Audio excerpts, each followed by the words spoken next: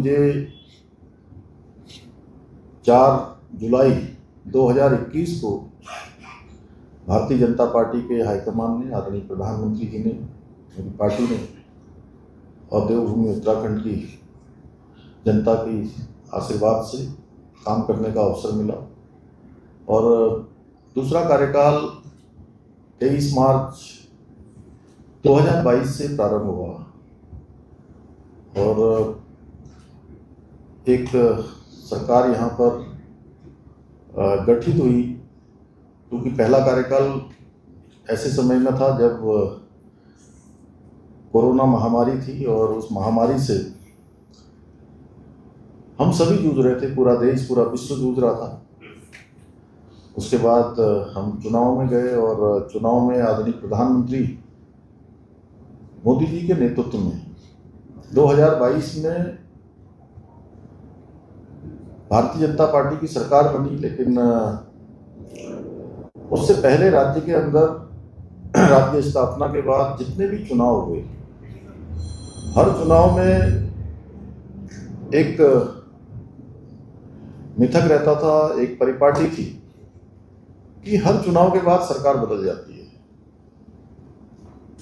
इस बार भी हमारे जो राजनीतिक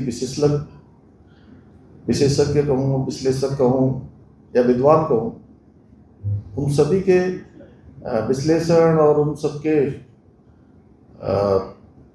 इस प्रकार का वातावरण था कि इस बार भी भाजपा की सरकार नहीं बनेगी, बल्कि सरकार बदल जाएगी, सरकार बदल जाएगी। लेकिन देवभूमि उत्तराखंड की जनता ने ये मिथक तोड़ा, एक परिपाटी बदली और हमारे प्रधानमंत्री जी के नेतृत्व में देवभूमि उत्तराखंड के अंदर एक इतिहास बना दिया। भारतीय जनता पार्टी को फिर से सरकार में आने का मौका दिया और हम जनता की आकांक्षाओं को, उनकी आशाओं को, विश्वास को आगे बढ़ाते हुए अनेक सारे निर्णय लेकर लगातार आगे बढ़ते रहे।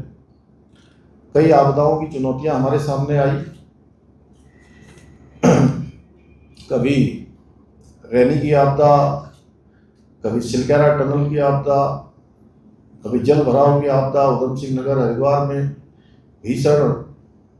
अत्यधिक वर्षा के कारण अनेक बार हमको पूरे, चाहे चमोली जनपद से लेकर और पिछले वर्ष केदार घाटी की आपदा, सिलक्यारा टनल, पूरे विश्व ने देखा कि एक